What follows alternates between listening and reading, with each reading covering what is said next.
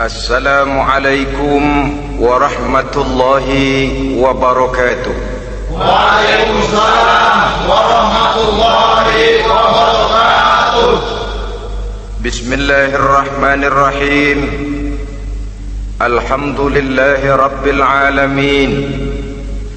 Wassalatu wassalamu ala ashrafil anbiya'i wal mursalin, imamil muttaqin, sayyidil ghurril muhajjalin, wa ala alihi wa ashabihil mujahidin at-tahirin.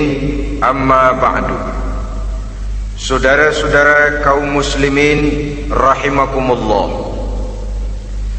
sesungguhnya gaya hidup seseorang sangat ditentukan oleh cara bagaimana dia memandang hidup ini. Dengan kata lain, bagaimana seseorang memandang hidup, begitulah dia akan hidup.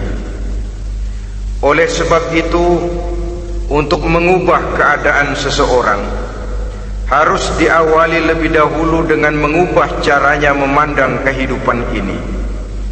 Itulah sebabnya dalam surah Ar-Ra'd ayat 11 Allah Subhanahu wa ta'ala menjelaskan, Innallaha la yughayyiru ma biqaumin hatta yughayyiru ma bi anfusihim. Allah Subhanahu wa ta'ala tidak akan mengubah nasib dan keadaan satu kaum sampai kaum itu berusaha mengubah apa yang ada di dalam diri mereka sendiri. Yang ada di dalam diri itu tentu tidak lain adalah rule of thinking, bahasa kerennya state of mind, kata orang Kulon, cara berpikir, cara memandang kehidupan yang akan sangat mewarnai cara orang menjalani kehidupan itu sendiri. Oleh karena itu, pada pertemuan kali ini kita akan membicarakan tentang dasar dan tujuan hidup dari seorang muslim di dalam kehidupan ini. Yang pertama, tentang dasar dan landasan hidup. Seorang muslim tak dapat lain mendasarkan kehidupannya dengan Islam. Di dalam mendasari kehidupan dengan Islam ini, Allah Subhanahu wa ta'ala menuntut, Ya ayyuhalladzina amanu dukhulu fis silmi kafah. Hai orang-orang yang beriman, masuklah kamu ke dalam Islam itu secara total, secara utuh, secara seluruhnya. Jangan separuh-separuh, jangan sepotong-sepotong. Mendasari hidup dengan Islam artinya menjadikan Islam sebagai way of life, sebagai rule of thinking, sebagai state of mind di dalam kita memecahkan problema-problema kehidupan, sehingga tidak satu persoalan hidup yang bagaimanapun kecilnya sekalipun yang tidak tersentuh oleh nilai-nilai ajaran agama Islam ini. Kemudian di dalam mendasarkan hidupnya dengan Islam, ia mempunyai satu keyakinan. Pertama, Islam sebagai dasar hidupnya adalah agama yang sesuai dengan fitrah daripada manusia. Allah Subhanahu wa ta'ala pencipta manusia. Allah Subhanahu wa ta'ala yang menurunkan agama Islam. Oleh sebab itu, tentu saja seluruh konsepsi Islam ini sudah diukur sedemikian rupa sesuai dengan kemampuan yang dimiliki oleh manusia. Secara logika bisa kita katakan, pabrik mobil di Jerman misalnya bikin mobil namanya Mercy. Seiring dengan itu dikeluarkannya buku petunjuk. Mobil ini bernama Mercy, kecepatan maksimal sekian ratus kilometer per jam, daya angkutnya sekian ratus kilogram, kalau rusak memperbaikinya ini, onderdilnya itu umpamanya. Karena pabriknya yang bikin mobil, lalu pabriknya juga yang mengeluarkan buku petunjuk, tentu buku itu sesuai benar untuk mobilnya. Dan logika mengatakan, tidak bisa kita punya mobil Mercy rusak, kita perbaiki dengan menggunakan buku petunjuk yang dikeluarkan oleh pabrik mobil Fiat. tentu saja mobil makin rusak, acak-acakan dan tidak karu-karuan. Ini artinya jikalau manusia ingin baik, jikalau manusia ingin mencapai sesuatu yang bernama bahagia, dia harus mengikuti petunjuk yang dikeluarkan oleh yang menciptakan manusia. Dan petunjuk-petunjuk itu telah turun dalam satu konsepsi yang bernama Islam yang sesuai dengan fitrah manusia. Yang kedua, oleh karena keyakinannya bahwa Islam sesuai dengan fitrah manusia, ia pun berkeyakinan bahwa Islam adalah agama untuk seluruh manusia, universal. Walaupun ia diturunkan di tanah Arab, tetapi ia bukanlah agama hanya untuk orang Arab semata-mata. Keyakinan ini perlu ditegakkan kembali, oleh karena akhir-akhir ini muncul pendapat-pendapat yang menganggap seolah-olah agama itu barang impor. Persilahkan saja kalau memang itu merupakan keyakinannya, tetapi menganggap agama sebagai barang impor sungguh merupakan satu kekeliruan yang sangat besar. Bahwa Arab sebagian besar memang Islam, jelas, tetapi Islam bukannya Arab, itu pun harus kita akui. Kita bisa menjadi muslim yang baik tanpa perlu menjadi orang Arab. Dengan kata lain, kita bisa menjadi muslim yang baik dengan tetap menjadi warga negara Indonesia yang baik. Bahwa Al-Quran diturunkan dalam bahasa Arab oleh karena memang ia turun di tanah Arab. Buktinya apa? Walaupun Quran dalam bahasa Arab, tidak satu pun ayat Quran yang ditujukan kepada orang Arab semata-mata. Tidak ada ayat ya ayyuhal arabiyun, hai orang-orang Arab. Tidak ada.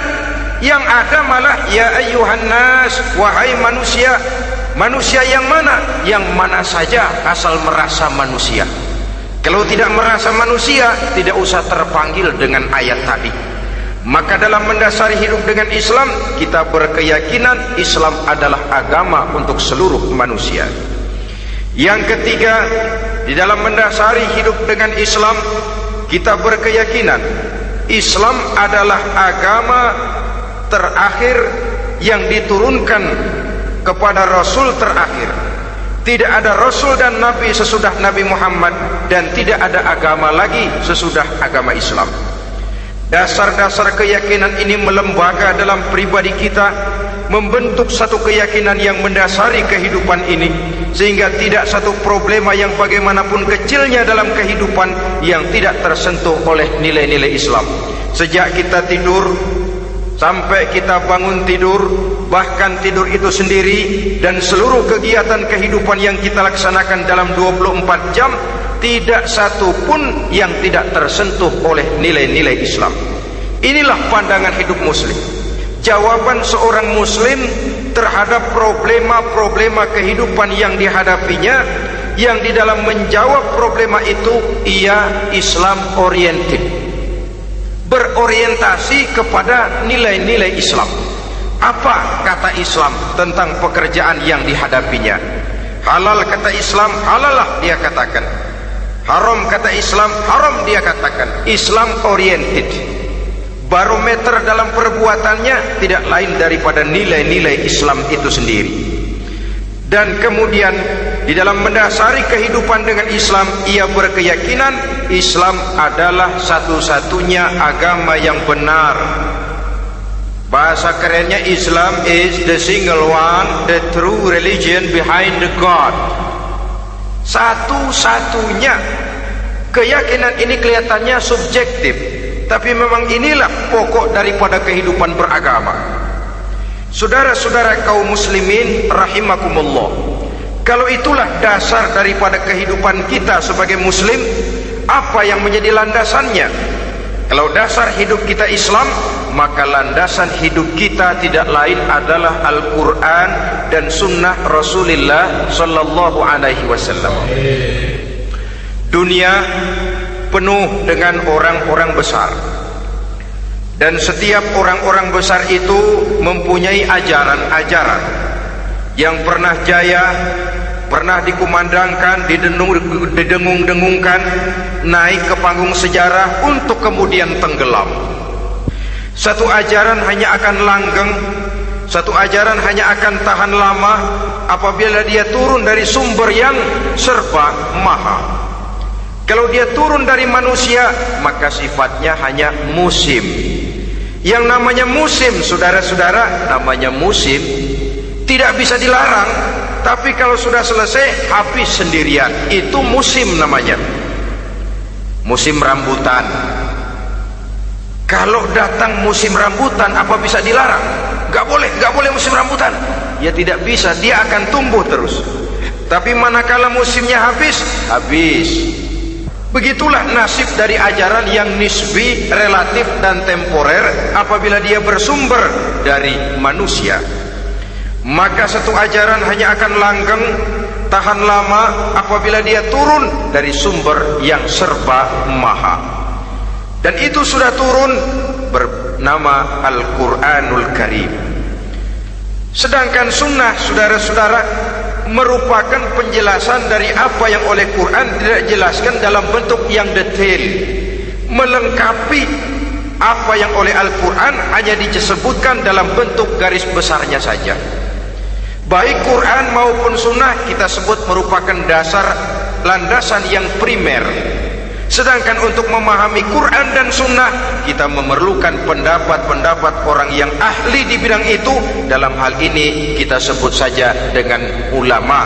Dan ini merupakan sumber yang sekunder dari landasan hidup kita sebagai seorang muslim. Dua rel ini, Quran dan sunnah, merupakan landasan di mana kereta api Islam ini berjalan. Quran dan sunnah. Saudara-saudara kaum muslimin rahimakumullah. Oleh karenanya, marilah kita menjadikan Quran dan sunnah ini sebagai imam di dalam kehidupan kita. Bukankah Rasulullah sallallahu alaihi wasallam pernah memberikan pilihan? Man ja'ala al-Qur'ana amamahu qadahu ilal jannah, wa man ja'ala al-Qur'ana khalfahu saqahu ilan nar. Siapa yang meletakkan Quran di depannya, dijadikannya Quran sebagai imam dan dia sebagai makmum, maka Al-Quran akan membimbing dia ke surga. Ya, surga di dunia ini, lebih-lebih lagi surga di akhirat nanti. Sebaliknya, wa man ja'ala al-Qur'ana khalfahu, siapa yang meletakkan Quran di belakangnya, dia belakangi ajaran dan konsepsi Al-Quran, dia tinggalkan perintah-perintah Al-Quran, maka Al-Quran yang dibelakanginya itu akan mendorong dia ke neraka. Neraka dunia, lebih-lebih neraka di akhirat nanti. Pilihan terserah kita. Jikalau kita mau menjadikan Quran sebagai imam, artinya kita menjadi makmum. Resikonya dimanapun, makmum wajib ikut imam. Imam takbir, makmum takbir, imam ruku, makmum ruku, imam i'tidal, makmum i'tidal. Jikalau Quran imam kita dan kita adalah makmum, maka itu berarti jikalau ke barat komando Quran, ke barat kita pergi. Jikalau ke timur kata Quran, ke timur kita menuju. Jikalau halal kata Quran, halal kita katakan. Jikalau haram kata Quran, haram kita ucapkan. Itu resikonya kita menjadi makmum, menyusun pola hidup yang lebih Qurani. Tapi sebaliknya, ke barat komando Quran, ke timur kita pergi, ke utara kata Quran, ke selatan kita menuju. Halal kata Quran, malah kita tidak mau melaksanakannya. Haram kata Quran, kita senang bukan main. Artinya kita mau menjadi makmum, dan Quran kita jadikan sebagai makmum, kita sendiri malah mau menjadi imam. Kita paksa konsepsi Al-Quran itu supaya sesuai dengan naluri kemanusiaan kita, mengotak-atik hukum, menghalalkan yang haram, mengharamkan yang halal. Dikala itu landasan hidup kita sudah goyah, tidak lagi sebagai landasan tempat kita bertolak, tetapi malah menjadi satu landasan yang kita injak-injak. Sesungguhnya saudara-saudara, Quran tidak akan membawa berkah, tidak akan menjadi rahmatun wa shifaun lil mu'minin, menjadi penyembuh, menjadi rahmah bagi orang-orang beriman, apabila yang kita baca itu kita injak-injak di dalam kehidupan. upaya menyusun hidup yang lebih Qur'ani ini seiring dengan usaha kita menjadi warga negara yang baik, yang saya katakan di awal tadi, tidak saling dan tidak harus saling bertentangan. Jadi dengan demikian dasar hidup kita sebagai muslim adalah Islam, dan landasan hidup kita tidak lain adalah Al-Quran dan sunnah Rasulullah Sallallahu Alaihi Wasallam. Ini landasan tempat kita bertolak.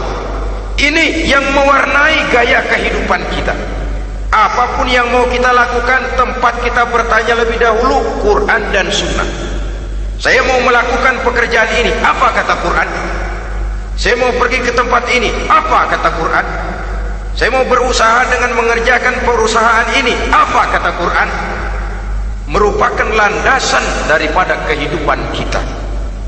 Ini yang saya katakan tadi, membentuk rule of thinking, state of mind, bahwa gaya kehidupan kita diwarnai oleh landasan hidup yang bertumpu pada ajaran Al-Quranul Karim dan sunnah Rasulullah Sallallahu Alaihi Wasallam.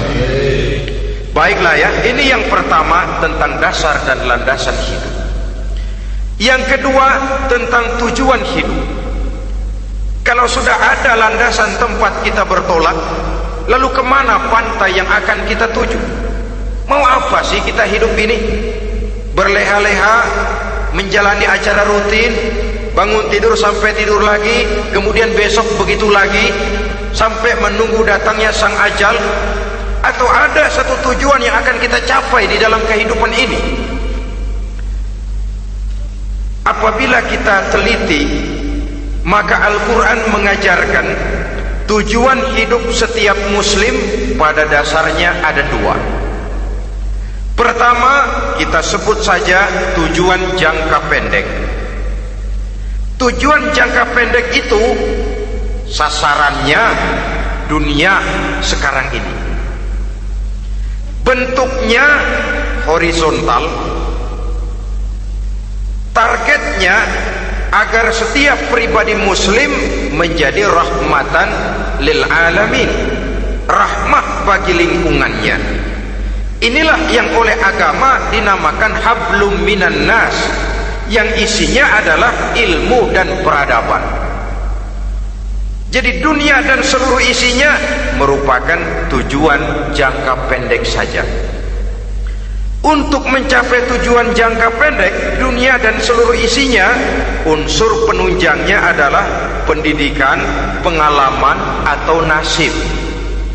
Makin tinggi pendidikan, makin mudah menjangkau hidup. Makin banyak pengalaman, makin mudah menguasai dunia. Atau karena faktor nasib, pendidikannya tidak seberapa, pengalaman pun kadang-kadang dangkal, tapi karena nasibnya lagi hoki, kata orang sekarang, nasibnya lagi bagus, dia naik ke panggung memegang peranan. Faktor yang namanya nasib ini ada, tapi tidak bisa dijadikan sandaran. Untuk menjangkau dunia dan seluruh isinya, unsur penunjangnya pertama pendidikan, yang kedua pengalaman, yang ketiga faktor nasib. Oleh karena itu, apabila kita ingin mudah mencapai dunia, yang pertama harus kita laksanakan bagaimana menempuh satu pendidikan. Di zaman sekarang orang terangsang untuk hidup dalam pola yang oleh orang-orang priangan disebut hardolin. Saudara tahu hardolin? Itu potongan dari dahar modal ulin.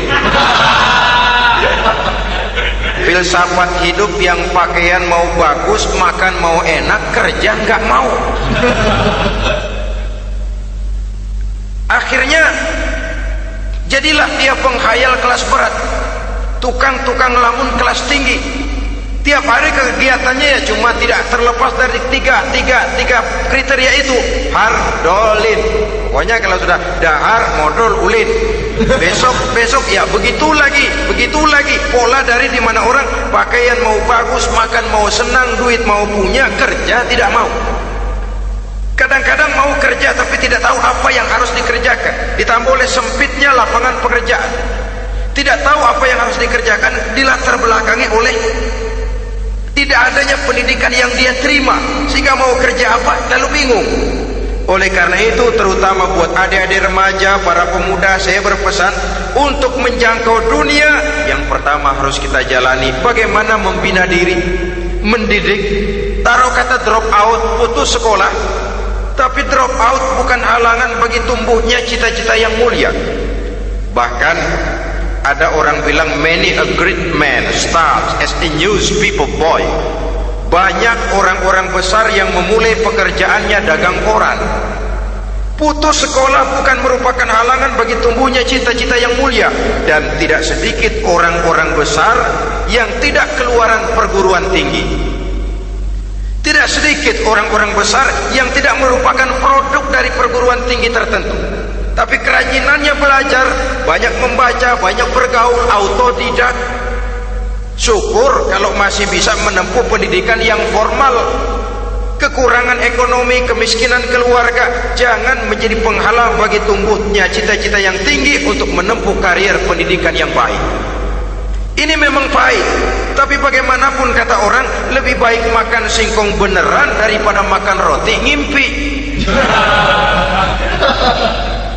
Artinya jikalau memang perlu, lebih baik sekolah sambil dagang koran, nyemir sepatu, parkir mobil, daripada hardolin itu tadi. Tanpa prospek hari depan yang ada artinya. Dan pendidikan memang merupakan sesuatu yang baik, tapi tanpa ini rasanya kita akan sulit untuk menjangkau dunia, tersisih di pojok-pojok kehidupan. Jangan lalu bilang, manusia kan rezekinya sudah dijamin oleh Allah, ayam saja ada rezekinya. Of course, tapi jangan lupa, cara ayam cari rezeki dengan cara manusia cari rezeki lain. Kalau ayam cari rezeki dari tahun atu, modalnya cuma ceker sama patok. Kalau ayam asal bisa nyeker, bisa matok, ayam dapat rezeki. Pokoknya kertok dah. Tapi manusia cari rezeki, dia harus cari lapangan kerja. Lapangan kerja sulit. Sudah dapat lapangan kerja, harus punya keahlian. Untuk memperoleh keahlian harus dengan pendidikan. Berhadapan lagi dengan saingan-saingan, karena pasaran tenaga kerja tiap tahun puluhan kalau tidak ratusan ribu pasaran tenaga kerja yang masuk lapangan kerja. Ini kenyataan. Semakin ke depan, oleh tingginya tensi ekonomi, oleh persaingan hidup yang makin tajam, oleh makin menggejalanya pola pikir industrialis yang membuat manusia individu, nilai-nilai semacam ini akan terasa makin berat.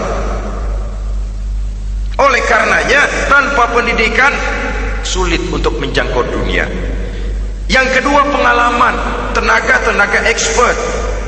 Sehingga orang mengatakan experience is the best teacher. Pengalaman adalah guru yang paling bijaksana. Dengan pengalaman kita makin dewasa. Dan orang sering mengatakan kegagalan hakikatnya adalah keberhasilan yang tertunda. Jangan takut gagal, kalau itu akan mengantarkan kita kepada pola hidup yang lebih dewasa, lebih tegar, lebih sanggup menghadapi kesulitan-kesulitan. Dan faktor yang ketiga, nasib. Kadang-kadang orang pendidikannya tidak ada, kadang-kadang pengalamannya tidak seberapa, tapi karena nasib, engkongnya misalnya jadi komandan Hansip, dia naik jadi anggota Hansip. Itu karena faktor nasib saja. Yang ketiga ini ada, tapi tidak bisa dijadikan sandaran dalam arti bahwa kita lalu mengandalkan nasib. Loh, nanti udah gede mau jadi apa? Masih gimana nasib aja dah. Jadi orang syukur, jadi gembel nasib. Tidak bisa kita menghadapi hidup dalam satu alur spekulasi. Tidak bisa kita menjalani skenario kehidupan ini dengan bersikap untung-untungan. Karena kehidupan walaupun tidak bisa dipastikan, paling kurang bisa dirancang, bisa direncanakan, bisa ditargetkan, bisa dianalisa kemungkinan-kemungkinannya. Walaupun tidak bisa dipastikan, tapi bisa diperhitungkan. Sebagai manusia yang terikat oleh causality, oleh hukum sebab akibat, sewajarnya kita memperhitungkan kemungkinan-kemungkinan itu. kira-kira 5, 10, 15 tahun yang akan datang, sejauh mana kesulitan-kesulitan dalam kehidupan ini, sejauh mana persaingan dalam hidup, sejauh mana tenaga kerja dibutuhkan, sejauh mana keahlian dan skill menunjang ke arah itu. Kalau tidak, kita akan tersisi di sudut-sudut kehidupan untuk lebih banyak jadi penonton daripada menjadi pemain. Padahal kita ingin jadi pemain, kita ingin aktif, kita ingin punya peranan, karena kita oleh agama dituntut menjadi rahmatan lil alamin, menjadi rahmah bagi lingkungan di mana kita tinggal, mewarnai lingkungan, bukan cuma diwarnai oleh lingkungan itu sendiri. Itu tadi tujuan jangka pendek sebagai tujuan yang pertama. Yang kedua, tujuan jangka panjang. Tujuan jangka panjang ini sasarannya adalah akhirat. Bentuknya vertikal, targetnya adalah mardotillah atau ridho daripada Allah. Dan ini yang oleh agama dinamakan dengan hablum minallah, tali vertikal yang menghubungkan manusia langsung dengan Tuhannya. Untuk mencapai tujuan jangka panjang akhirat ini, unsur penunjangnya adalah prestasi ibadah. Kalau untuk tujuan jangka pendek, dunia dan seluruh isinya, pendidikan, pengalaman, dan nasib memegang peranan yang sangat penting, maka untuk akhirat, pendidikan, pengalaman, nasib tidak punya pengaruh banyak. Unsur penunjangnya adalah prestasi ibadah. Bagaimanapun tinggi pendidikan, bagaimanapun banyak pengalaman, tanpa prestasi ibadah, nol besar kita dalam pandangan Allah Subhanahu wa ta'ala. Saudara-saudara kaum muslimin rahimakumullah, itu sebabnya seorang muslim sholat, puasa, haji, zakat, yang kalaupun ada target dunia itu cuma side effect saja, sekedar satu efek sampingan. Target utamanya tetap tujuan jangka panjang, akhirat dan ridho Allah. Kenapa kita sholat? Untuk mencari ridho Allah. Kenapa kita laksanakan ibadah haji? Untuk mencari ridho Allah. Kita bangun di keheningan malam untuk mencari ridho Allah. Kalau ada akibat dunia, itu cuma akibat sekunder saja. Ada misalnya orang karena tekun ibadah rezekinya lancar, itu baru persekot, baru tanda jadi. Kadang-kadang persekotnya saja sudah nikmat kok, apalagi cashnya, kontannya. Sebaliknya, kalau ada orang rajin ibadah rezekinya seret, jangan jadi alasan. Kok lu nggak sembahyang? Alah, tetangga gua rajin sembahyang melarat terus. Ya memang sholat itu bukan dengan target dunia, target akhirat, saudara-saudara. Oleh sebab itu, seorang muslim adalah seorang yang berpandangan luas, berjiwa lapang. Maksudnya apa? Tujuan jangka pendek dan jangka panjang ini harus dia raih kedua-duanya. Ini yang oleh Al-Quran diajarkan agar setiap muslim mencapai fid dunia hasanah wa fil akhirati hasanah. Kebaikan di dunia, kebaikan di akhirat, itu arti hasanah. Jangan macam orang dulu, punya istri dua pergi haji, yang satu yang muda istrinya namanya Hasanah, yang satu namanya Khadijah. Waktu tawaf keliling Ka'bah, si suami ini nggak bisa doa apa-apa kecuali Rabbana Atina itu. Tiap putaran Rabbana Atina fid dunya hasanah wa fil akhirati hasanah. Putaran kedua Rabbana Atina fid dunya hasanah wa fil akhirati hasanah. Ini istri tuanya yang namanya Khadijah dengerin aja. Akhirnya di satu saat dia colek suaminya, "Bang, mentang-mentang Hasanah bini muda disebutin melulu. Saya dong disebutin dalam doa." "Iya deh, ntar putaran selanjutnya." Suaminya blow on juga. Putaran kedua dia baca Rabbana Atina fid dunya hasanah wa fil akhirati Khadijah. Saudara-saudara, itu makna refleksi daripada doa tadi itu, doa sapu jagat. Kita ingin fid dunya hasanah wa fil akhirati hasanah. Tujuan jangka pendek dunia tercapai, tujuan jangka panjang akhirat dan ridho Allah juga tergapai.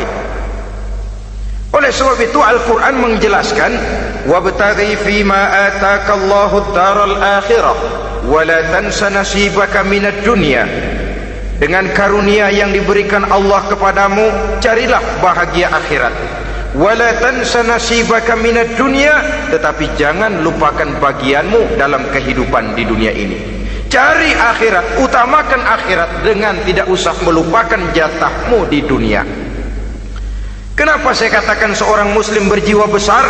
Sebab andai kata dia gagal mencapai tujuan jangka pendek, andai kata dia gagal di dunia, dan dia oleh Islam diajarkan jangan sampai gagal, tapi andai kata dia gagal, dia masih punya tujuan jangka panjang, akhirat dan ridho Allah. Dia masih bisa menghibur diri, biarlah di dunia kita sederhana, bahkan biarlah susah di dunia, asal di akhirat kita bahagia. Orang yang tidak punya pandangan hidup semacam ini, surgalah dunia ini, segalanya telah tertumpu di sini. Bila umurnya selesai, ajalnya datang, selesai sudah, surganya sampai di situ, dan dia tidak punya pengharapan lain di belakang itu. Maka seluruhnya bertumpu pada kehidupan di dunia. Padahal dunia seperti air laut, makin diminum makin haus, makin kering tenggorokan. Dunia yang diperturutkan menyeret manusia ke dalam lingkaran setan, terjebak dalam sifat yang namanya tamak bin rakus alias serakah.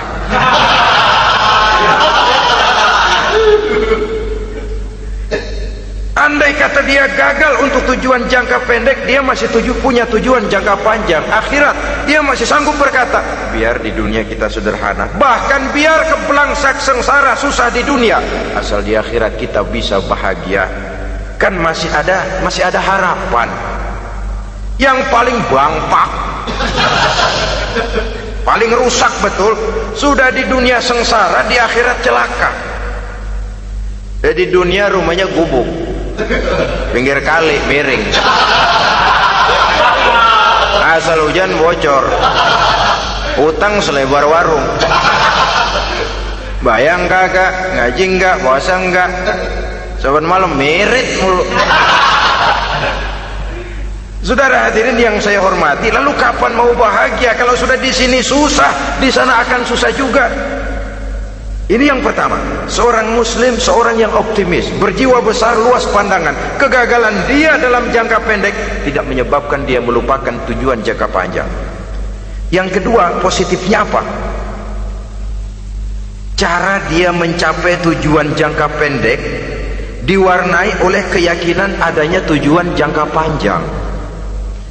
Dia memang benar cari harta, tapi karena dia yakin ada akhirat, Allah ridho apa tidak? Ini positifnya.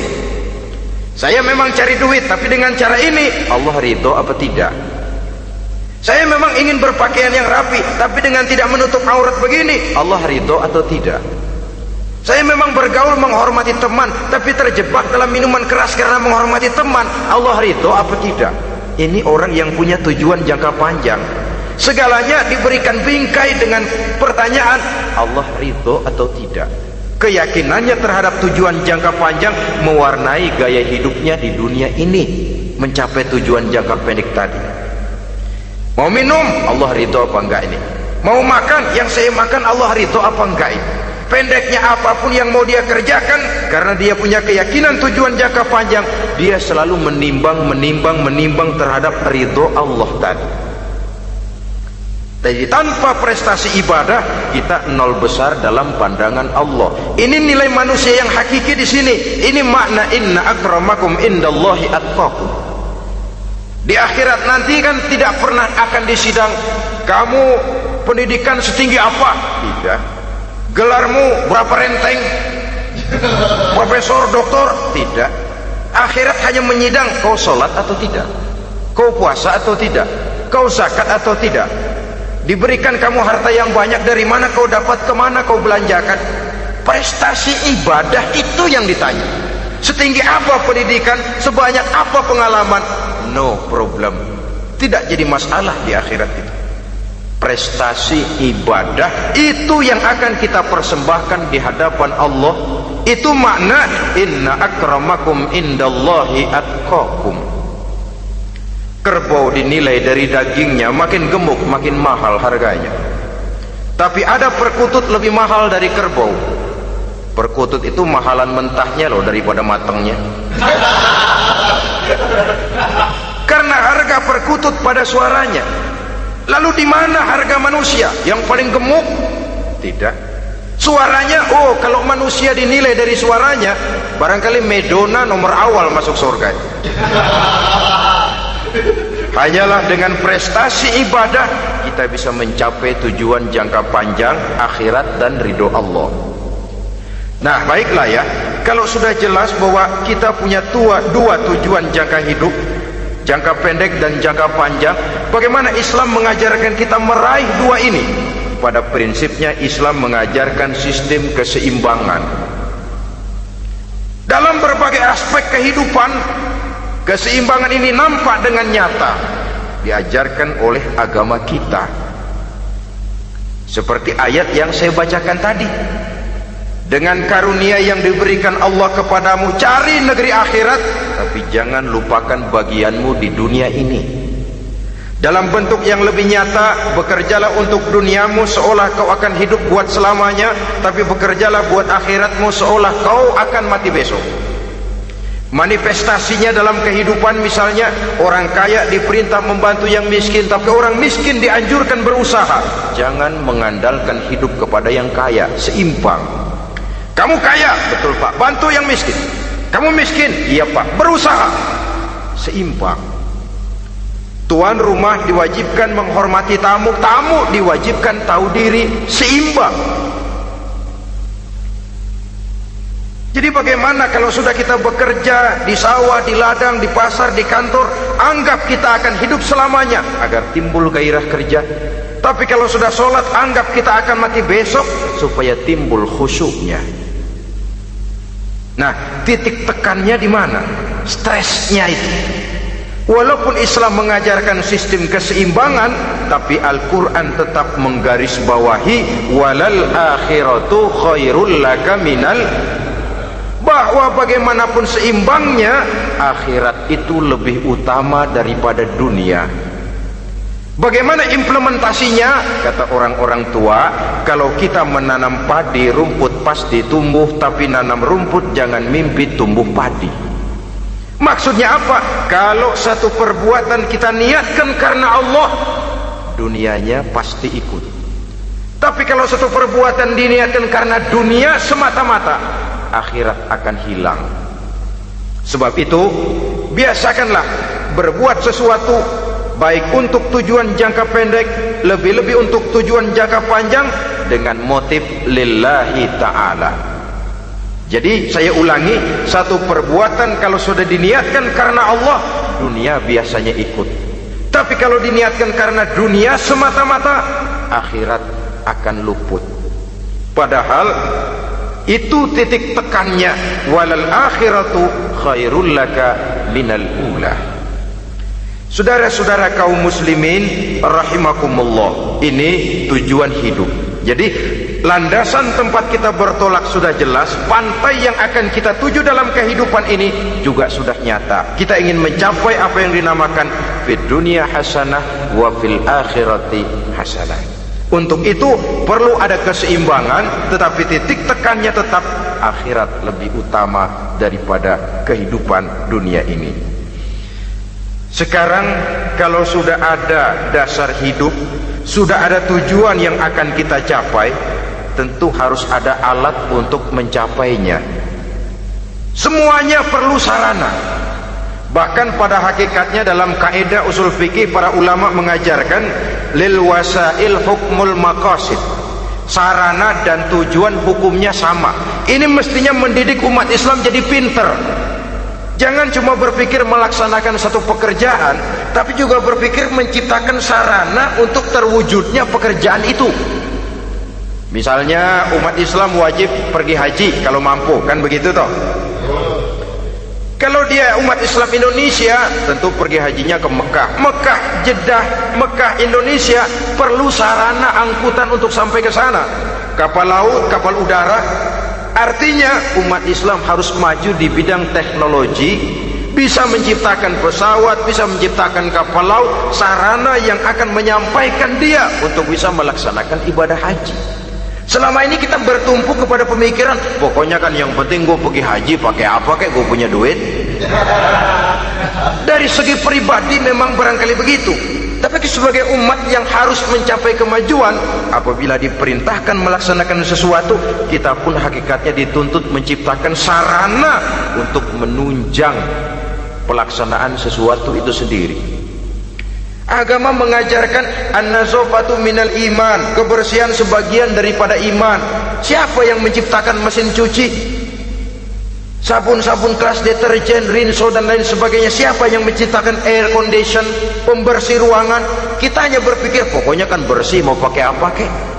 Kita jarang yang berpikir kepada pewujudan teknologi modern untuk menerjemahkan hadis itu. Syukurlah belakangan ini sudah muncul teknokrat muslim yang dijiwai oleh semangat Al-Quran, membuka tabir rahasia konsepsi Islam di lapangan teknologi modern, yang makin lama makin menunjukkan tuntutan kebutuhan daripada umat itu sendiri. Dengan demikian, apabila ada tujuan hidup, kita memerlukan alat untuk mencapai tujuan tadi. Supaya tujuan di dunia hasanah wa fil akhirati hasanah tercapai, apa alat yang harus kita pakai? Kita lihat surah At-Taubah ayat 111 memberikan jawaban. Innallaha ashtara minal mu'minina anfusahum wa amwalahum bi anna lahumul jannah. Sesungguhnya Allah telah membeli dari orang-orang beriman diri mereka, harta mereka, bahwa sesungguhnya bagi mereka adalah surga. Coba kita simak ayat ini sejenak, akan nampak dengan jelas bahwa ayat ini hakikatnya merupakan satu transaksi yang nyata benar antara kita dengan Allah. Transaksi jual beli sudah terjadi, dan itu langsung dengan Allah, tertuang dalam pernyataan Quran.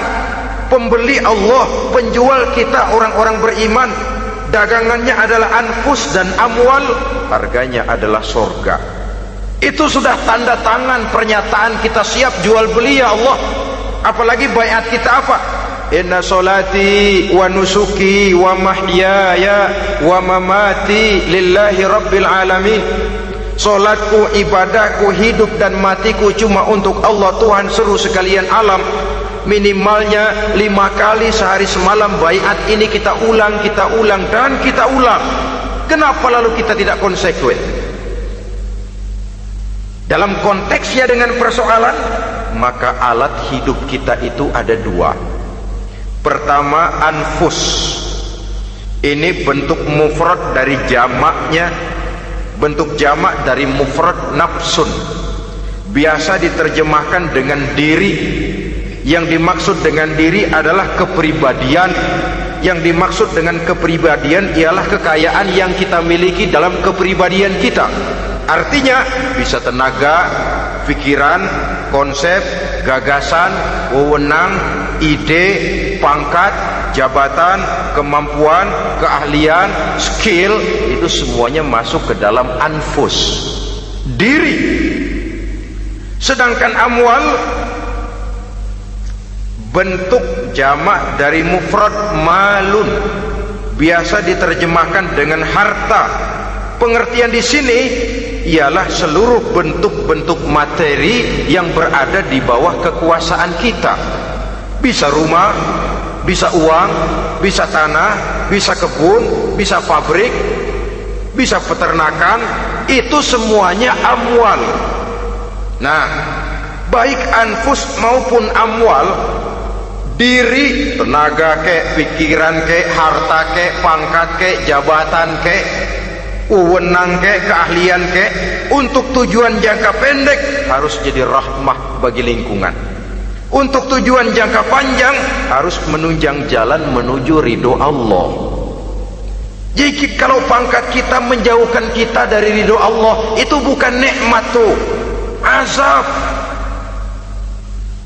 Punya pangkat bukan melakukan kebaikan, malah melakukan kejahatan, setidak-tidaknya berdiri di belakang kejahatan.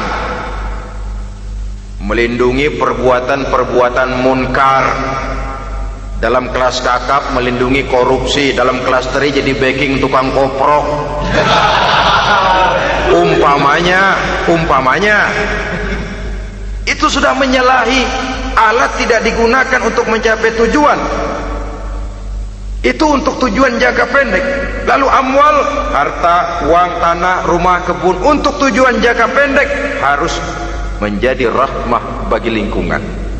Sedang untuk tujuan jangka panjang, baik diri maupun harta harus menunjang jalan menuju ridho Allah, harus meningkatkan prestasi ibadah kita kepada Allah Subhanahu wa ta'ala. Malah yang namanya amwal ini tanggung jawabnya lebih berat loh saudara. Kalau saudara diberikan ilmu, sidang akhirat cuma satu, ilmumu kau amalkan untuk apa? Saudara diberikan umur panjang, pengadilan akhirat cuma bertanya satu, umurmu kau habiskan di mana? Tapi saudara diberikan harta, pertanyaan akhirat dua, hartamu kau dapat dari mana? Kau belanjakan kemana? Dari mananya dan kemananya ditanya, depan belakang. Wah, kadang-kadang kan ada orang hartanya didapat dari jalan yang halal, dibelanjakan di jalan haram. Kerja peras keringat banting tulang setengah mati, begitu dapat duit beli buntutan, muter-muter kertas cari kode. Didapat dari jalan halal, dibelanjakan di jalan haram. Atau didapat dari cara yang haram, dibelanjakan di jalan yang baik. Menang judi, nyumbang pesantren. Nabi mengajarkan innallaha thayyibun la yaqbalu illa thayyib. Allah itu baik dan hanya menerima yang baik-baik saja. Tidak bisa mencuci kain dengan air najis. Kain akan tetap kotor. Saudara-saudara kaum muslimin rahimakumullah. Oleh karenanya masalahnya terpulang kepada kita, pandai-pandailah membagi orientasi. Suatu saat tenggelam kita dalam kesibukan dunia dan seluruh isinya untuk mencapai tujuan jangka pendek. Lain saat tenggelam kita memfanakan diri untuk mencapai tujuan jangka panjang, akhirat dan ridho Allah. Karena kehidupan ini bukan berjalan tanpa batas. Umur ini bukan satu karunia tanpa pertanggungan jawab. Satu saat setuju atau tidak, rela atau terpaksa, kita akan sampai kepada garis finish daripada perjalanan kehidupan dunia ini, yang memang merupakan satu perjalanan panjang, a walking tall, kata orang Kulon. A walking tall, satu jalan yang demikian jauhnya. Entoh kita akan sampai ke garis finish. Bila datang ajal, senja kehidupan datang, malam menyelimuti. Datangnya tidak pernah kita sangka, tapi sekali dia datang tidak satu kekuatan yang bisa menolak. Kehadirannya tidak pernah kita harapkan, tapi satu kali dia datang bertamu, pasti terjadi. Dan itu pasti akan kita temui. Alangkah malangnya pada saat kembali itu datang, kita tidak punya prestasi ibadah. Lalu apa artinya prestasi dunia? Apa artinya tujuan jangka pendek kalau kita harus kehilangan tujuan jangka panjang? Rumah kita yang besar, pangkat kita yang tinggi, harta kita yang banyak, bisakah menolong kita untuk kalau sudah kumpul di padang mahsyar nanti? Malaikat, jangan gebugin saya, rumah saya harga 2 miliar.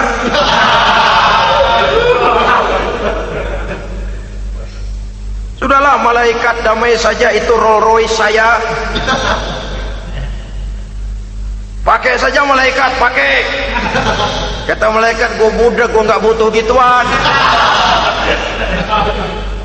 Hanya prestasi ibadah yang bisa menyelamatkan kita pada kondisi semacam itu.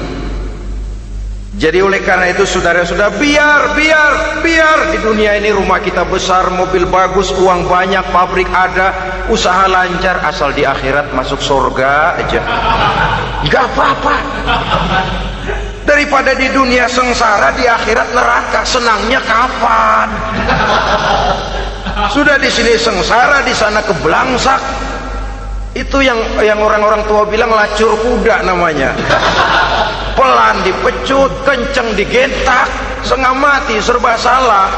Kuda kalau bisa ngomong gue setengah mati serba salah. Pelan dipecut, kekencengan ditarik, itu yang namanya lacur kuda begitu.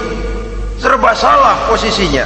Untuk itu pandai-pandailah membagi orientasi supaya tercapai tujuan ideal ini, fid dunya hasanah wa fil akhirati hasanah. Ini tentang tujuan hidup. Nah, untuk mencapai tujuan ini kita tidak berjalan sendiri. Kita perlu teman hidup. Di samping teman hidup ada pula lawan hidup. Siapa teman hidup kita untuk mencapai tujuan hidup ini? Dalam arti sempit, teman hidup kita suami istri yang taat kepada Allah. Suami istri lebih dari sekedar satu pasangan, juga saling melengkapi, merupakan bagian daripada kehidupan. Suami adalah teman istri, istri adalah teman suami untuk mencapai tujuan hidup tadi, mencapai fid dunya hasanah wa fil akhirati hasanah. Seiring, seirama, selaras, serasi, seimbang, kata orang sekarang. Teman dalam arti sempit. Adapun teman dalam arti luas, setiap orang yang pandangan hidupnya sama dengan kita, setiap orang yang akidahnya sama dengan kita, terlepas dari suku bangsa apapun, warna kulit apapun, bahasa apapun, jikalau keyakinannya sama, pandangan hidupnya sama, dia adalah saudara kita dalam artian yang luas. Islam tidak kenal teritorial, maka tidak ada itu Islam Jepang. Ya walaupun secara formalnya ada, tapi informal muslim adalah muslim, diikat dengan akidah. Itu teman hidup. Lalu lawan hidup siapa? Pertama iblis, dalam segala bentuk dan implementasinya. Yang kedua, setiap orang yang pandangan hidupnya tidak sama dengan kita secara ideologis, itulah lawan hidup kita. Maka yang teman jadikan teman, yang lawan jadikan lawan. Jangan teman dijadikan lawan, lawan dijadikan teman. Itu namanya kopiah dipasang di kaki, pak bakyak naik ke jidat. Wajar kalau kepala lalu jadi benjol. Salah milih teman, salah cari lawan. Salah milih teman, salah cari lawan. Akibatnya kita yang akan susah di kemudian hari nanti. Saudara-saudara kaum muslimin rahimakumullah, oleh karenanya pandai-pandailah dalam hidup ini. Yang teman jadikan teman, yang lawan jadikan lawan. Kalau lawan kita jadikan teman, sementara teman kita jadikan lawan, dan itu yang banyak terjadi dalam praktek kehidupan, kita tidak akan bisa mencapai tujuan karena akan tertarung di kaki sendiri. Nah, ini sajalah yang kita bicarakan pada pertemuan kali ini. Mudah-mudahan ada manfaatnya. Terima kasih atas segala perhatian. Mohon maaf atas segala kekurangan. Usikum wa nafsi bitaqwallah. Wassalamualaikum warahmatullahi wabarakatuh. Waalaikumsalam.